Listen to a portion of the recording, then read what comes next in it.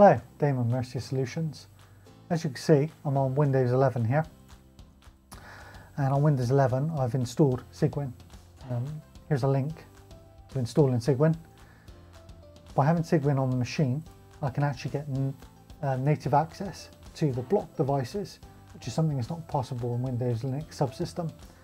What do I mean by that? If I run this for command, you can see on the Cygwin I'm listing all of the equivalent Linux devices, and you can see here I've got tape 1, which is actually a tape drive, and so straight away I can issue MT commands to these devices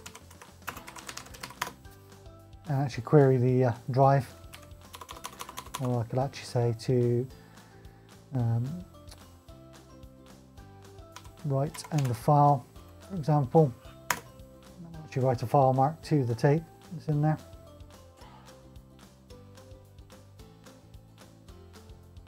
Now, this isn't possible under the Windows Linux subsystem. Now, it is possible to install iSCSI drivers into the Linux kernel, recompile the kernel, and add devices via iSCSI over the network interface. But as Windows Linux subsystem is actually a virtual machine, the native devices aren't passed through. Yes, you can mount a hard disk, but that is not raw device access.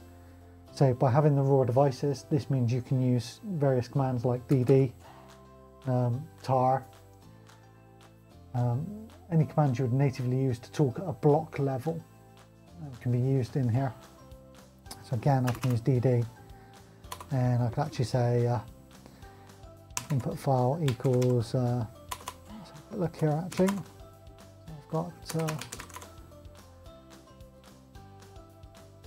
I've got tape.txt, so if I was to do dd input file equals tape.txt, out file equals to the device st1, and in fact we can probably just run that, and what that will actually do is write that file tape directly to the actual tape loaded in the tape library that's attached.